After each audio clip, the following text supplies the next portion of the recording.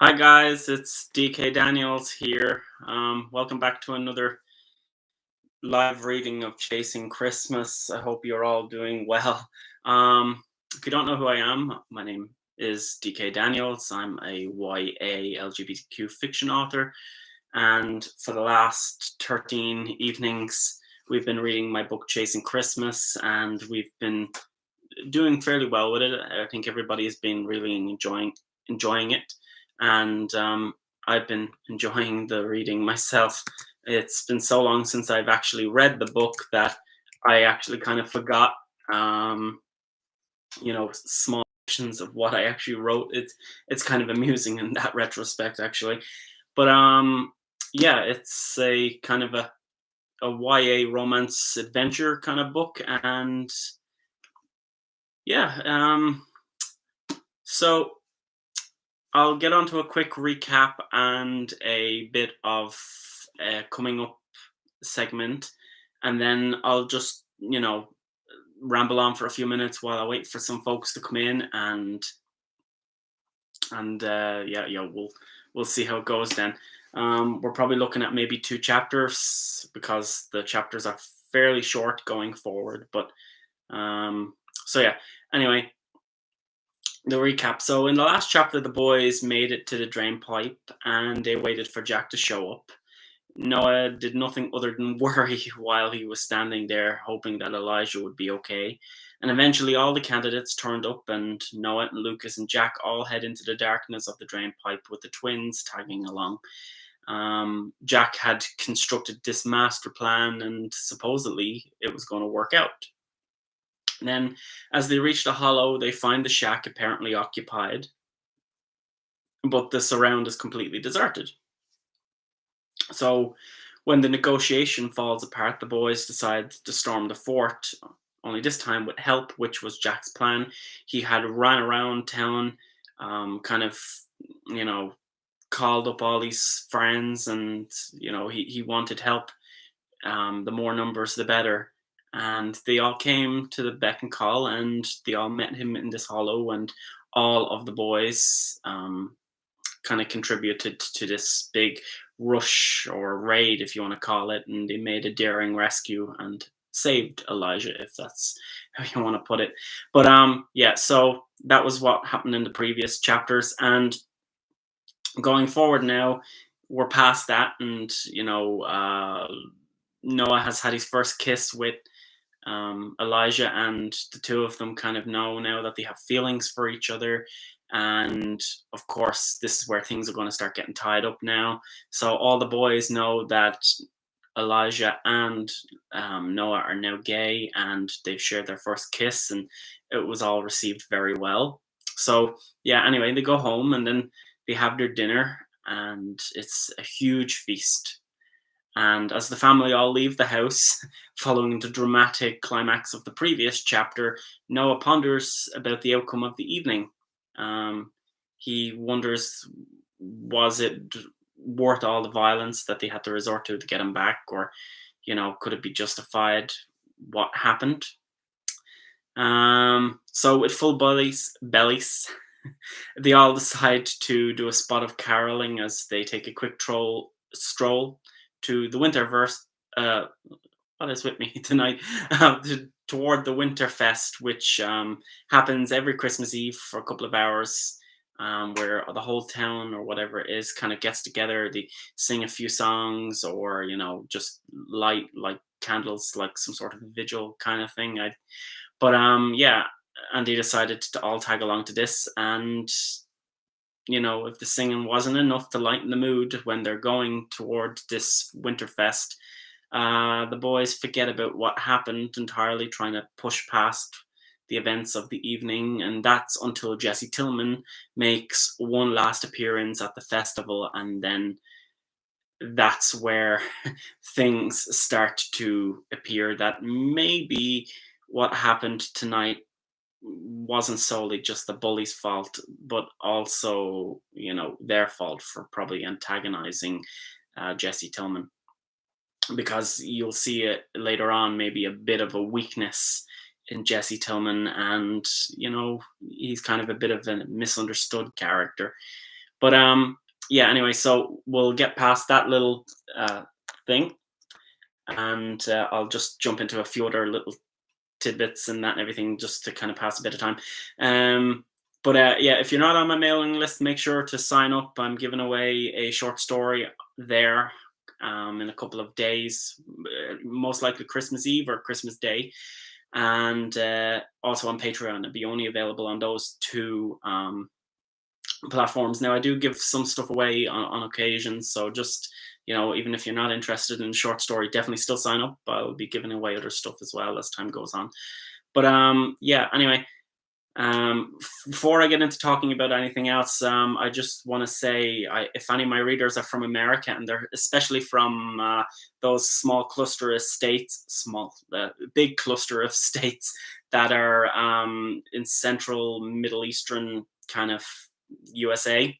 I hope everybody's okay. I heard about the tornadoes that have been happening there, so I just hope everybody's okay. But anyway, yeah, moving on. I decided to kind of keep things a little bit more lively. I decided I'd share. I have a little list written down here, and I'll just recommend a couple of other cool Christmas stories that I've read over the past couple of years or whatever it is, that I know that other writers like me have shared, and you could probably find them through the same websites that you probably found me. So the likes of Gay Authors, Nifty, Corner Calf, all of those things. But these are some of the best ones I've come across, and the ones that I could think of right off the bat, because I literally wrote them down like 5 minutes ago. But anyway, so, oh, actually, while we're talking about Christmas stories, and that's being very cold, is it cold in your country by any chance? Because it's very cold. Hello, Ethan. It's nice to see you, and Damon. But yeah, it's been very cold in Ireland of late, and I'm just wondering if it's very cold in your country, wherever you are. Has it snowed yet? We don't get snow, but hey, who knows yet? We might be in for a bit of snow this Christmas. Fingers crossed. But anyway, I'll get onto a couple of the short stories, or the stories that I've come across that I think are worth mentioning. The first one that I have to bring up is Jaron Key's the frost covered marker. I believe it is. It's on Gay Authors, and it's done. I have never seen snow yet. Jaron Keys, yeah, he's an awesome author. He writes a lot of different type of content, but this particular story is set in 1942-43, I think it is, about two Norwegian boys set during the World War II era, somewhere around there. And it's a bit of a romance, bit of a thriller story. Just read it. You won't be you won't be disappointed. It's a very good story, and I very, very can't say it enough that you should definitely read it. As for you've never seen snow, wow, okay.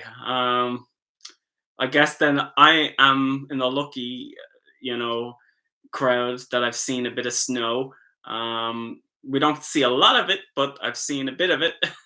I hope um, perhaps you could travel to another country when COVID is all over, and you can get to experience a bit of snow, because it is really magical when you actually do get to see it. But anyway, moving on. The second story that I could think of was called Two Below. It's by the author Comicality. You can probably find this book, this short story, pretty much anywhere. I've seen it on Amazon. I've seen it on Nifty and Gay Authors. So you could probably find it in most of his sites. Just type in his name, Comicality. It's a good short story. It's set, I think, around the mid 2000s.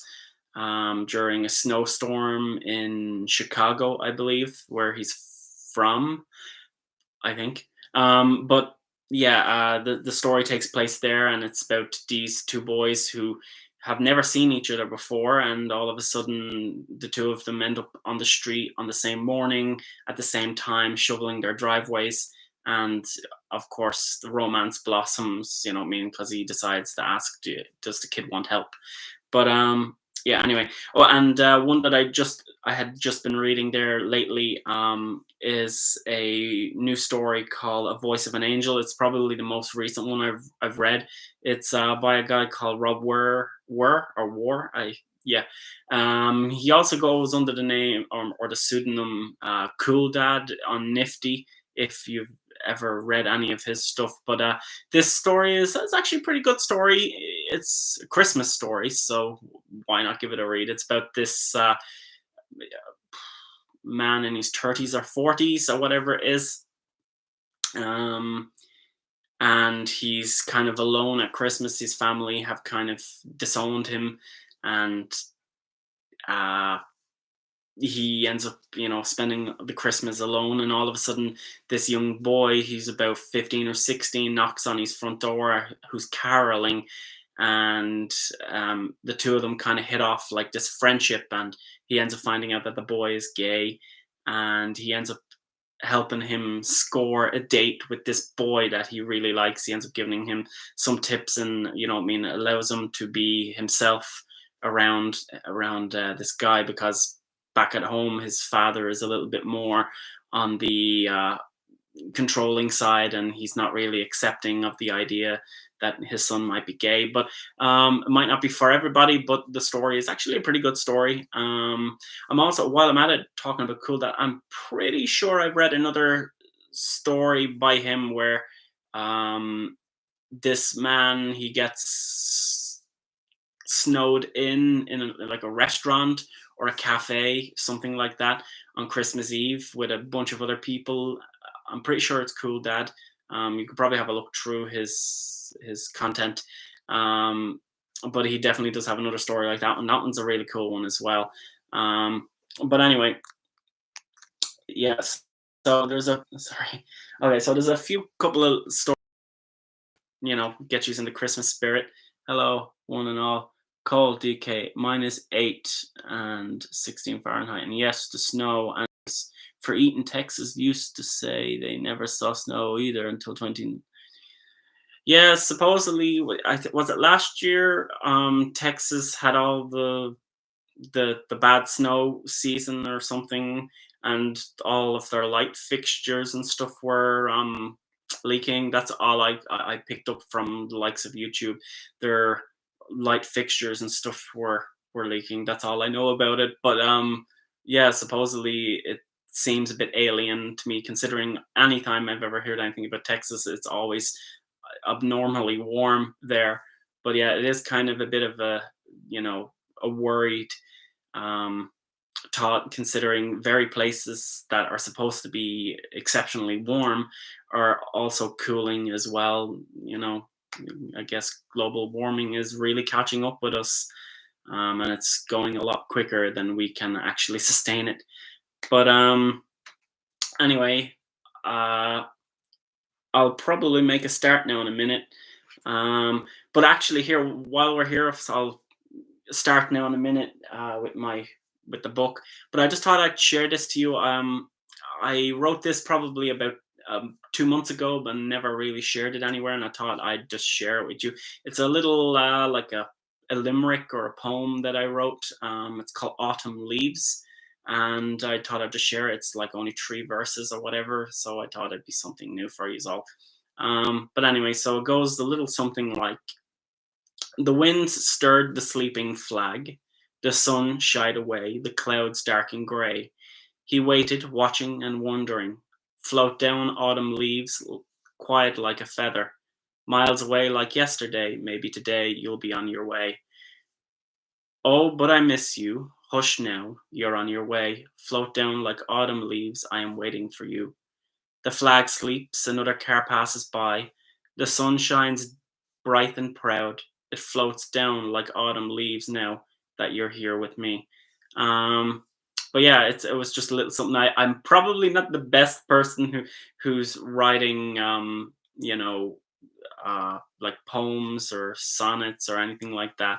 But yeah, I like trying different formats occasionally. So um, it's something new to me, and I just thought I'd share it. I'll probably put it up on gay authors and stuff. I have like section there that I share like little poems and little stuff that I do like that. But yeah, anyway, so I'll make a start on this now here. So if anybody has the paperback versions of the book, you can go ahead and find page 299. We have like this much left of the book, and we're finished it. I mean, God, it's fast forwarded so quickly. I can't believe we've gotten through the book so quick. But yeah, to the folks, if the folks who got the books, I've sent them on in the post and that and everything. I hope they get to you before Christmas if you are watching. So yeah, Merry Christmas to you guys. I hope it's a nice little present for you. But anyway, we'll enough rambling, and I'll make a start on this. So we're on chapter 17. Okay. Oh, the Christmas dinner was beautiful, Aunt Annie added to the group discussion as we left our driveway. My father walked like a little cave troll in front, conversing with Uncle Andy. The two dads just waved and agreed politely, but carried their gossip on without as much as cluing us in on the talk. Everyone is truly and no doubt stuffed for my mom's cooking. I cannot decide whether Christmas Day cooking or Christmas Eve food is better. My mom always goes out of her way to make the food as delicious as possible. Here we are, bellies full and almost about to burst at the seams. I guarantee if I started to run, I'd barf for sure. However, that turkey was so goddamn good from dinner. Glancing up at the clear sky, a dark, brooding blue cut in, and the shimmer of glowing stars skewered the glassy air. My cousins Lucas, Ben, and Adam ambled on about our recent victory. I still cannot believe that less than an hour ago Elijah was strapped to a pole and I was kicking in the door of some shack in the middle of nowhere. Did I really become a hero? I didn't even know I had it in me, and here I am, a hero, I guess. It is funny that I don't feel extraordinary. I just feel normal. I did what was required of me, no questions asked. I believe anybody in my position would have done the same, possibly more. Who wouldn't have thought I'd be attending the Winterfest with Elijah? The boy I have been secretly in love with for I don't know how many grades. I know his circumstances have not been the kindest, and our meeting is due to a profound but sad, unfortunate accident. Is this a sign telling me that I was supposed to make my move and that everything is connected somehow or another? It's like somewhere up there in the sky, God, I guess, is looking out for me. Is he telling me not to be afraid when down here it's a different story when you hear about folks being gay? I'm not going to lie, it scares the shit out of me, but peering across at Elijah, who smiles, how can I not risk my neck for someone as beautiful as him? The last person out slammed the foyer door, making the knocker clank and pulling me from my reflection. My mom spoke energetically to both of Elijah's parents. As we left our driveway, we turned right on the street and into the darkness of the suburbia. Reflecting light radiated from thousands of light bulbs from every house along the sidewalk. The sight of the warm red, yellow, green, and blue glitterly incandescent lights gave me tingles in the base of my spine. Here we are, the entire family out and on our way to do some Christmas caroling. I hate having to do this because it makes me look stupid, but now I'm actually nervous at the thought of having to sing in front of Elijah. Long before we got home, Jack had parted ways at the top of the street, and when we reached the intersection before home, Elijah and I stopped holding hands. I can't explain it, but there is this longing or desire to hold his hand. Interlocking his fingers with mine gave me a sense of relief and mutual acceptance. Speeding up our pace, I shifted my attention to Elijah, and he willingly walked faster until the two of us caught up with my cousins and we left the parents behind. Approaching the boys, you can hear that they're discussing what we did today and how insane it was when Elijah was tied to the support beam, or how bad my cutie had been when he dislodged himself when he desperately wanted to come loose. There is the talk of magic and superhuman strength, but nothing mean. It's all in like jest and spirit. You are a badass, dude. I have to admit, I didn't think you'd be able to handle yourself, but I'm impressed, Lucas added when we cut into the group. Giving Lucas a suspicious glance at how he thought Elijah was the one to be the wimp, I shot back. Says the one who ran off at the mall first. Everyone got a bit of a chuckle. Lucas didn't find it funny for a moment, but his brooding features turned to a grin. After all, Lucas knows it, I know it, and all the boys know it. You know, this Christmas has been a rough start, but I'm actually enjoying everyone's company. I know earlier when I didn't want anyone to arrive, and last night how I was hoping that people wouldn't have to sleep in my room. Well, I'm past that. Christmas would not be Christmas without the family around, and them being here makes me happy. I don't see why I did not think of that first before I was being critical of them coming up for the holidays. With a call from behind, the parents directed us to head into a brightly lit house. The gleeful presence from the street is almost sickening, to the point that if the witch in Hansel and Gretel was had a gingerbread man's house home for Christmas, then this house would be it. Channeling in the small picket gate, the five of us slowly but surely made our way down the middle of the path toward the house. White, old-fashioned circus-type bulbs ran the trim of the eaves along the roof and also the ridge of the capping. On a high part of the apex frame, the Dutch colonial centerpiece of the house showed up the sheer scale of the lavish home with a flickering Christmas wreath with a ribbon. A couple of doors down, my house is about the same size, only maybe a tad bit smaller. They have no garage. On either side of the walkway, the leafless trees in the garden had been drenched with exuberant lights. From the outside, a huge tree dominates a corner of the living room.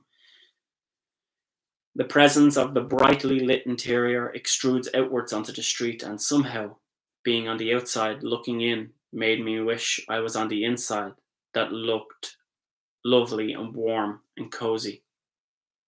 Reaching the door, we all stopped bashfully waiting for our parents to catch up. We each stared around the yard at a source for distraction. Everyone is dressed up warmly, donned in hats, scarves, and gloves. The accessories I gave to Elijah are rather cute on him. A tremor is rattling my insides at being so close to a handsome boy, and with that notion, I'm going to be singing in a couple of short seconds. Peering across to Elijah, I gave a tooted smile, whereas Elijah beamed back his radiant sunshine. The flickering from the gleeful white Christmas lights above cast an even patch of creamy shadows on his forehead and cheeks.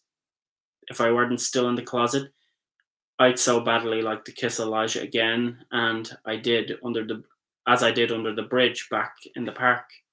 After all, the boys didn't seem to mind it, but my parents are a different matter.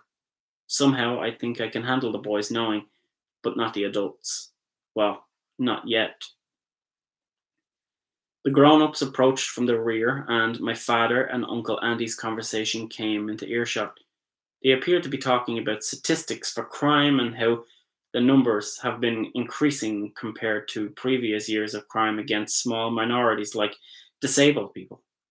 As he came to a standstill beside us, the two fathers mumbled to each other that they'd pick up where they left off after they finished the Christmas caroling.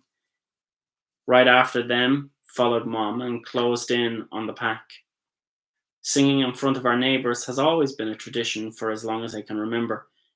There has not been a time that I can recall in my young life that I have never spent a Christmas Eve heading into town to go to the Winterfest without stopping at every house along the way and singing some cheerful music. Frankly, in previous years, I enjoyed singing and letting out a tune. Only, as years passed, the enthusiasm I once held for the event dwindled. Now, don't get me wrong, I still love going to Winterfest, but singing at every house along the way, it gets old really soon. However, there is one person who got to escape the wrath of tonight's grips, and that's Thomas. My brother is working down at the festival, so he can't be here tonight to spread his love and cheer, as Mom calls it. Smart. I ought to have thought about getting a job before I had been dragged into this, but now, when I think about it, I wouldn't be able to stand right here next to Elijah. Looking over at him again, I'm glad I am here, even if at first I didn't appreciate everything that was being dropped onto my lap. In an odd sense, I don't know what I'd do if Mom suddenly decided to stop doing this routinely ritual year by year. It wouldn't feel like Christmas if the tradition was interrupted and broken. No doubt, it has become a big part of my life every Xmas. I wouldn't I would have to learn how to find the joy again. Perhaps that's what was missing all along for the last couple of years. The pleasure. You are more likely to hold back when doing something you are not interested in rather than something you are engrossed in. Finding that moment of clarity is like believing in Santa Claus all over again. The magic comes flooding back, and Christmas once again has its incredible wizardry. Our parents naturally enclosed us in a circle, driving us forward toward the porch. When Elijah and his parents arrived early this morning, they seemed so glum and sad.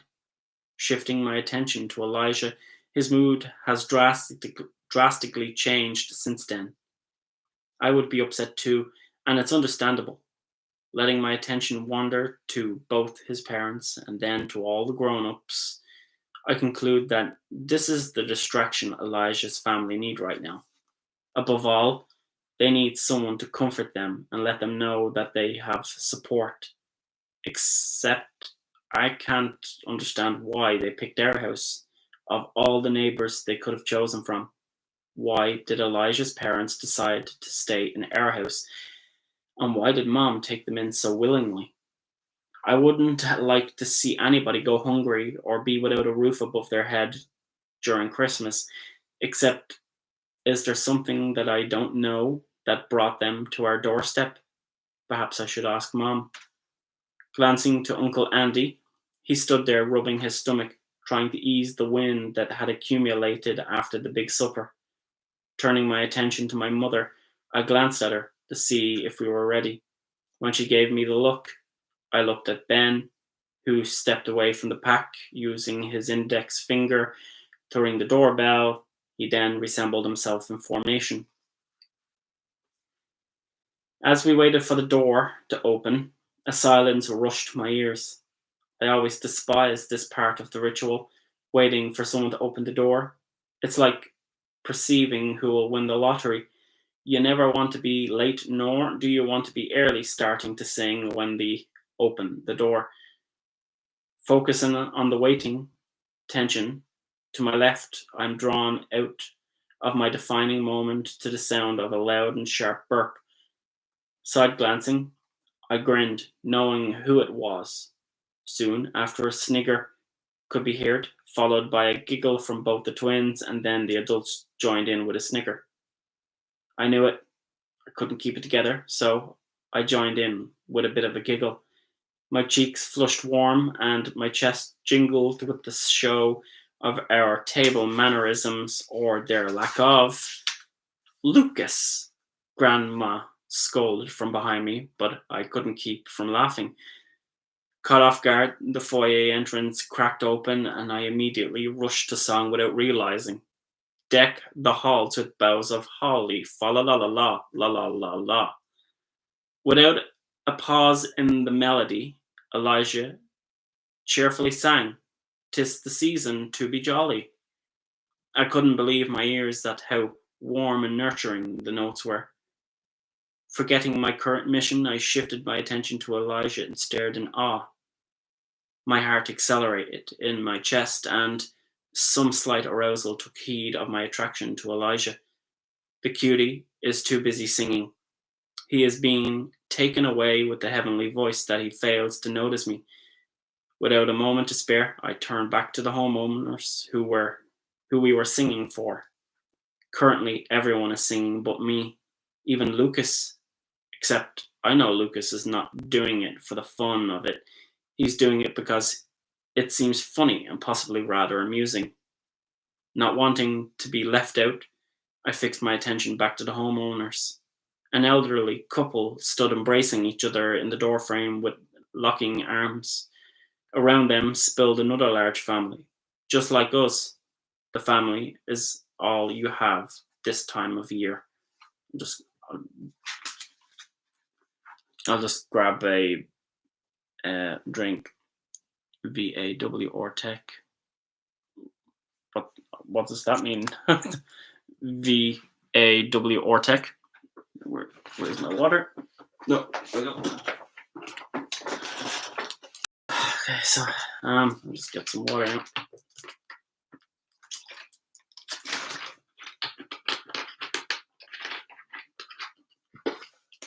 So how is everybody going with this? Everybody being able to keep up? All right. I know I'm probably reading a bit fast. If you think I'm reading a bit fast, just let me know. I know there's a bit of a delay as well, so I'll try take things slow. But anyway, I'll head on to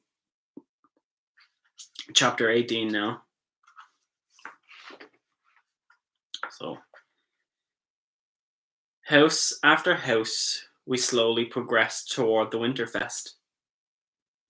Typically, the event ran for 2 days.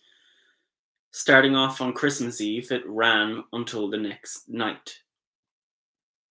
No doubt the boys and I will be going ice skating or something tomorrow to kill a couple of hours. Mom never gets on the ice, but Dad sometimes does. However, it will be weird not having Thomas to mess around with it when skating. It's hard to comprehend, yet totally weird to think of my big brother working instead of hanging around with me at Christmas. In pairs, we go from house to house down the sidewalk.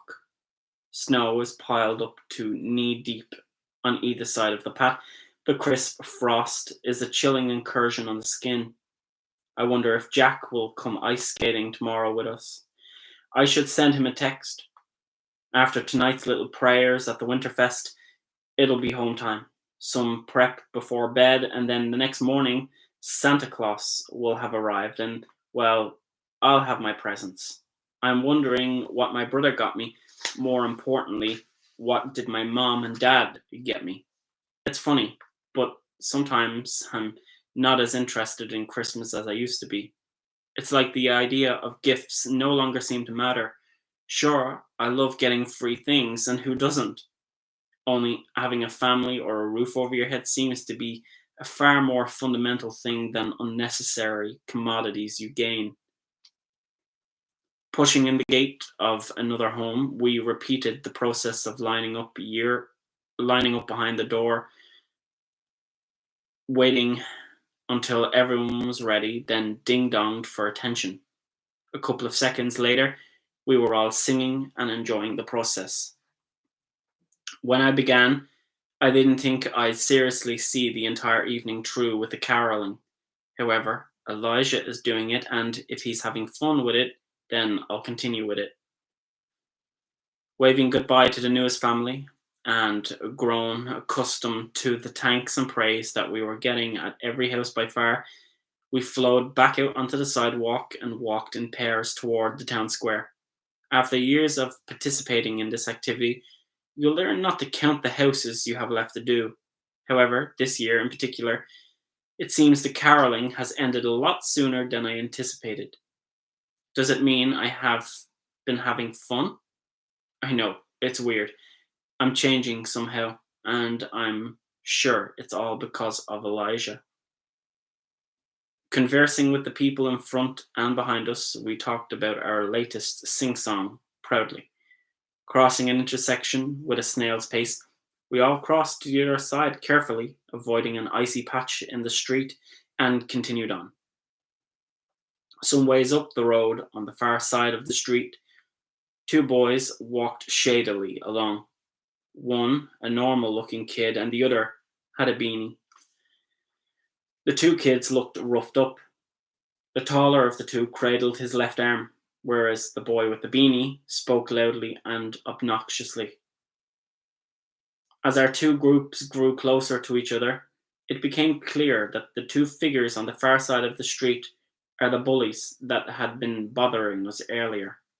The adults paid no attention to the other kids, except when we saw them, all the boys in our group could not help but stare back in a futile manner.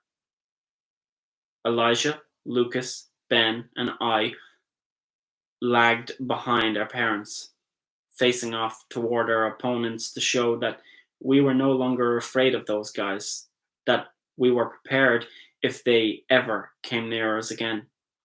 Of course, Adam ran on ahead in a bit of a panic and almost clung to the side of Aunt Annie. His reaction to the entire event alerted her, and in doing so, my aunt turned around to see what it was that had frightened Adam. Glancing from my aunt back to the boys on the far side of the street, they stared us down for a moment longer before sauntering along. Somewhat awkwardly, I persuaded the boys to continue on as if nothing happened. I don't know how to explain it, but I was staring across at those guys. It's like I'm afraid of them. I know it shouldn't be like that, right? But not to be scared. Being afraid is what drives people to irrational decisions, but overall helps them to survive. However, for the first time all evening, my head is unnaturally clear of stress or worry. Reflecting deeply about tonight's outcome, I can't help but wonder how any of what transpired happened at all. Except I am not going to ignore that those lunatics are walking about freely. Aunt Annie asked us all about the confrontation, what the confrontation was about, and why we all looked so hostile. Nobody spills the beans, and Adam doffed the fear he'd been hiding as if it were his jacket when entering a house. Before long, the streets were swamped with people gathering around for the Winterfest at Town Square. I have no idea why we call it the Town Square when realistically we are less than 20 minutes from the city. Most sidewalks and the plaza have been cleared of obstruction, and any snow left behind was in small mounds where the people had shoveled it. The ground beneath my feet is a somewhat mushy concoction of grit and snow. You can hardly notice snowflakes had been previously here other than the fact that the land has sludge. Taking in all that is around me, I am overwhelmed with the sheer joy and happiness everywhere I look. People are smiling, conversing, talking animatedly. You can feel it in the air, practically taste it when inhaling the crisp December air that fills your lungs. I love this time of year. Christmas, the fresh air. It's so clean sometimes, it feels like it's the only time of year you can breathe. Perhaps it's just me being overly analytical. Maybe it's the cold fooling me that it's actually fresher than the normal air quality is. Above us, hundreds of strands of dazzling merry lights lit up the square. The lines are strung from post to post, tree to tree, and as I saunter under each rope, I can't help but feel cherished by a joyous sensation. Off in the distance, a large Christmas tree dominates the entire town square. I remember attending the lighting cemetery ceremony on December 1st. I remember it was a cold night, if I must say so indeed.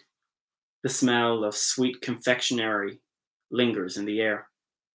Passing by a woman operating a cotton candy machine, the cravings for sweet things flood my mind. Shifting my attention to Elijah, I grinned. He smiled back. I'm not precisely sure what it is I'm so happy about. Christmas cheer seems to rub off on just about anybody, regardless of how miserable you may be. Trailing behind my parents, we followed them toward the sound of a man's booming voice originating by the town Christmas tree. It is such a shame to not pay any attention to the stalls that have all the candied goods. Letting my eyes roam to each of the boys, they too show remorse for having to stroll on by without looking at what there is on offer. Up front, my parents wave, exchanging greetings with familiar faces, and I too wave to the peers from my school. Before turning onto the central plaza, my folks stop beside a booth. Gathering in around the stand, my brother traced back and forth the length of the table, serving people at the far end with corn dogs on a stick. Thomas takes notice of our presence, waves at us before returning to previous customers. We all wait for him to finish up before he comes to our aid with a winning smile. How's it going, Thomas? Mom asked, leaning on the counter. Thomas responded, busy, very busy. From the gloating aroma, my tummy grumbles. Even after a full course meal, I can't help it. It smells so good. Food. Wiggling closer to my mother between the two twins, I tug on her jacket and gave her puppy dog eyes. If I can drop a hint to her, then Thomas will understand. I know she knows, and Thomas understands we are hungry without having to say anything. God, Thomas spluttered. How can you eat more after what Mom just cooked? Giving a wry smirk, I pleaded, because I'm a hungry boy. Thomas chuckled for a moment. Does anyone else have a bottomless pit here like Noah? Thomas asked, looking amongst the other boys. All but a second passed and Lucas raised his hand. Before long, all five of us held up our arm. Thomas shook his head and with mockery said, 5 corn dogs coming up. Right, bum buddies. My mouth fell open at the jeering. Did Thomas know what I was? How did he find out so quickly? Thomas went back to the fryer and started the prep while looking at us from time to time. Before I had a chance to say anything more, my brain rambled on until it fizzled out of control. Then Mom spoke up. Stop using those derogatory terms, Thomas, she scolded. In the past, Thomas has been one to say some profound shit, and this is nothing compared to that. After all, he is my big brother, and that's what he is supposed to do. Annoy me, right? All right, no need to get your flower power in a twist, Mom. Thomas twisted back. Mom broke her complacency and started to snigger at her own ridicule before turning to Aunt Annie. Do you see what I have to put up with? Mom chuckled, her face scrunched up with a grinning expression. That's nothing, Aunt Annie declared. Spinning around to her husband, she asked, What is it Lucas says to the twins all the time? I can explain it to you, but I can't understand it for you, Lucas quipped. With my cheeks warming up, I giggled. Letting loose a sigh, a ghostly present left my mouth. The next couple of minutes, the family chatted amongst each other as Thomas made the corn dogs and handed them out free of charge. As soon as he did it, he told us to move on because he didn't want anyone seeing that we had acquired freebies from the concession stand. Saying our goodbyes and that we'd see him later, our group plodded along into the vast mass of people. Off in the distance, floodlights illuminated the flatbed stage. At the centre, our local parishioner stood to address the large gathering of people. That would explain the voice I heard on the PA system on the way in. Currently, the guy is talking about his New Year's resolutions, but as quick as we huddle around, Mom leaves our group and thrusts her way toward the crowd, toward the pastor. Before long, even before I can perceive what I'm doing, I am singing a collection of hymns and light-hearted Christmas tunes with my family and the surrounding crowd. Currently, this is our second song, and a wicker basket is passing around the assemblage. Now, this is something I have never seen before. Since when has the pastor ever looked for money at one of these gatherings? However, my questions are answered at the conclusion of the next song when the priest announces why why baskets are going around to collect money. In the minutes my mother had left the group, she must have made her way up to see Pastor Stephen. The man on the stage extended his arms delicately, inviting his congregation to listen. What follows is a calm and persuasive speech about how a family has lost their home and they have to start over. He made a remark about how the family is present among us and that anything that could be given to help them make a new start in life would be gratefully appreciated. So I sang. The service carried on like any other year. When the basket arrived at me, I glanced over at Elijah, withdrew money I originally intended for a Christmas present, and dropped all that I had into the container.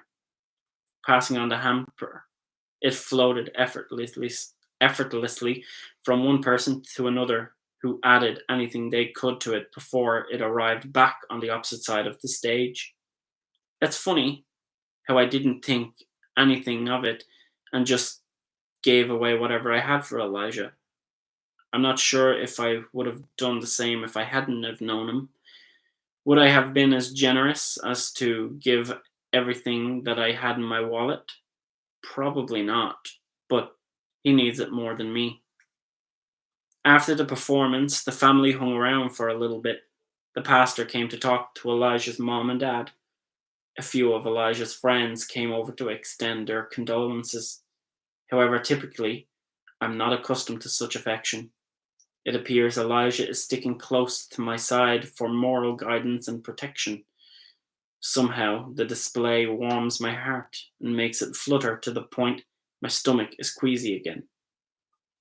I watch on as Elijah thanks every person who comes up to him, how he'd smile while beginning and then extending his gratitude in the shape of a smile and a flutter of these eyelashes. His eyes twinkle with the comfort and support his family has been given, and seeing him with some happiness this Christmas, even if the worst has happened, gives me peace of mind from the sentiment. I need to go to the bathroom, Adam cut in.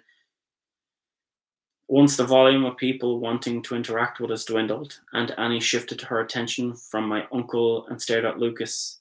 Lucas, can you take him? Aunt Annie said. Lucas rolled his eyes scornfully before nodding and saying, "Come on, midget." For the most part, the family ignored each other and spoke to the locals and other people around them. I find myself talking to Mia from school. I'm not stupid. It's obvious the girl has a crush on me, except I have no interest in her at all. I just don't have the heart to tell her to get lost. Acting like a dick is not a part of my repertoire. Don't get me wrong, I'm not complaining that she totally digs me. It's just, well, Elijah is a million times more interesting than Maya. Often or not, I get a little creeped out by how the girl tails around after me at school. Talk about stalkers. How can a girl be so interested in me, yet anytime Maya approaches me, you can hardly get a word out of her? Instead, she just stares back all starry-eyed and dazed. Practically, if Maya tried a little harder, I can imagine drool would come from her lips when standing in front of me. Every Monday morning when I arrive at school, Maya is the first girl. Actually, she is the first person to say good morning to me.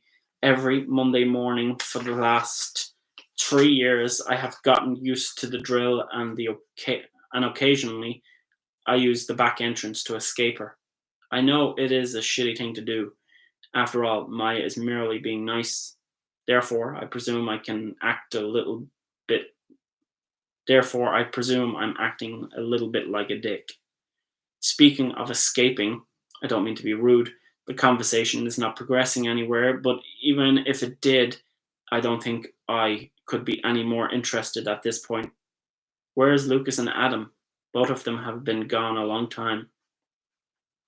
Looking around the immediate vicinity, neither of them are in sight. Letting my mom know that I'm splitting from the group, I informed the other boys that Lucas and Adam's absence is longer than expected. I didn't have to ask for any volunteers to come with me. Everyone naturally lay inclined to that proposition. After a short walk through what is left of the sloppy snow, we turned off the main path toward the makeshift restrooms. In the horizon, a bunch of green porta potties lined an entire wall. Enclosed around the chemical toilets, crowd barriers walled off each of the bathrooms into a single gender, one male, the other female. Turning into the male designated zone, at least 12 toilets are angled at a delicate position as to make a square in the middle of the chamber where heavy duty plastic grey sinks are housed. It's slightly airy how nobody's around, and the festive music from the Winterfest in the background is flooding into the area, and that nobody is currently around. Another thing worth noting is that the folks on the committee ought to have put up street lamps or generator floodlights up because the place is morbidly dark. Over in the corner by the toilets, faint mumbling is detected. With the excitement that the boys were here all along and that Adam has been taking a dump was comforting. Only, as I raced forward, a tall kid stood towering over Lucas. "Give me your phone," a husky voice sneered. "I can't," Lucas added with a rattle to his tone. I saw the older boy latch onto Lucas from the faint silhouette outline, and then I knew what this was. The bullies from earlier were trying to shake down Lucas for all the trouble he cost them. Spinning around, I dropped to the ground, fumbling my hands around a mucky slope for a stone. Brushing a jagged outcropping in the dirt, I pried at it, and the rock came loose. With the stone in hand, I clenched my fist shut and peered back at the bully. Adam didn't appear to be in sight, nor did the other lunatic. The gang foraged the ground for loose debris to throw in case the psycho lunged at us. Digging into my pocket, I toggled the flashlight on my phone and pointed it at the boys. Subconsciously, from fear, I raised the rock to the level of my ear, waiting for the slightest move from the older boy. The beanie boy shifted his attention to our intrusion, and like a deer in headlights, Lucas and the bully's eyes illuminated in contrast to the reflecting light. "Let him go," I dryly stated. The teenager clasped Lucas tighter with his grip. It lifted Lucas onto the tips of his toes. Lucas struggled to maintain his stance as he faltered momentarily before injecting whatever energy remained in his legs to stop himself from being choked by the bully's grip. The tormentor glared in our direction and then to Lucas, who dangled helplessly, clinging to the boy's forearm for support. The teen gave a snicker, and that alarmed not only me but also Lucas. Except nothing became of the interaction. Instead, the bully grew tired and set Lucas down. The guy walked off toward the exit without causing any more trouble. From the look on Lucas's face, he believed for a moment the teenager presumably was going to pummel him to death. Only, I can't help but feel a little off about the situation. In the past, that same kid was the worst of the two. Yet, here he stepped down and walked away. Somehow, I can feel it in my bones. Things are not over. Okay, so we've made it up to chapter 19 now. So we've had another surprise visit by Jesse Tillman. I can't actually remember. This is terrible, but I can't actually remember whether he actually makes another guest appearance. I can't remember my own book. That's terrible. But yeah, I think that's the last we see of him. I hope. Um, after saying that. But yeah. Anyway. Um, so yeah, I hope you guys have enjoyed the little reading. Let me know if you enjoyed it. Yeah, so um, yeah, I don't know how much longer this is probably actually going to go on. We'll probably be end up finishing in like 2 or 3 nights or something like that, and then um, I'll be finished. Any idea what I should do afterward when I finish the book? Let me know if you have any ideas.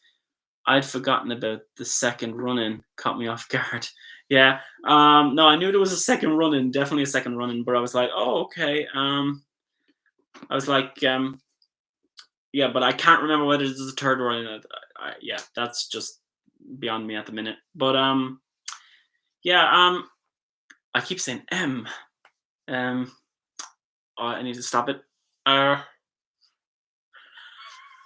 oh, okay. So I hope you guys enjoyed this. Now I'm self conscious of it. Okay, I somehow picture Elijah saying the words so many of us heard read to us as children, much as you're reading to us now, DK. God bless us.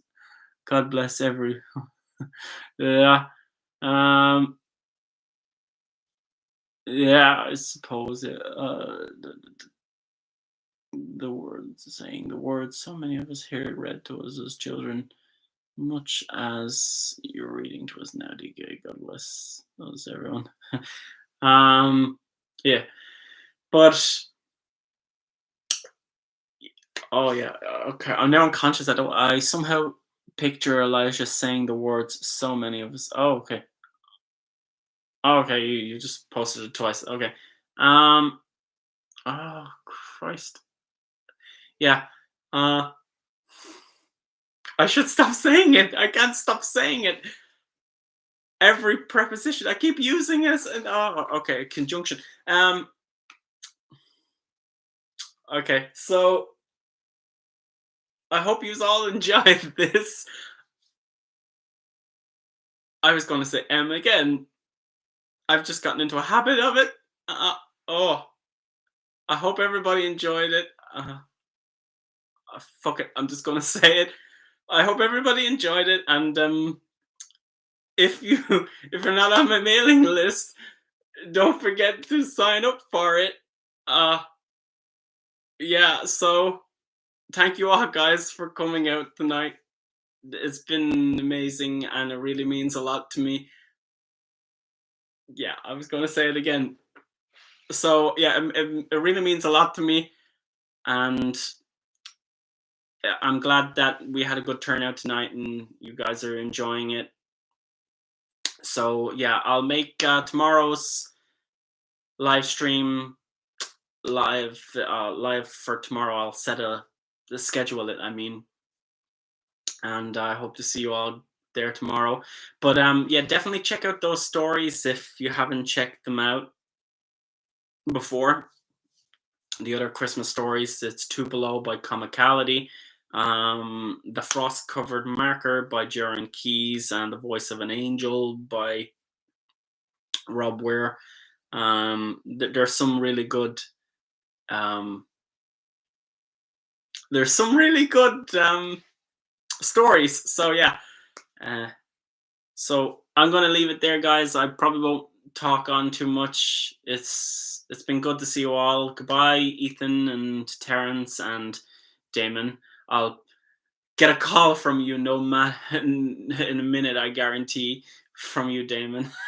uh, but yeah, it's been really swell, guys. I hope to see you tomorrow, and I hope wherever you are in the world that you're safe. That no hurricane has caused any damage to your home or the people you love.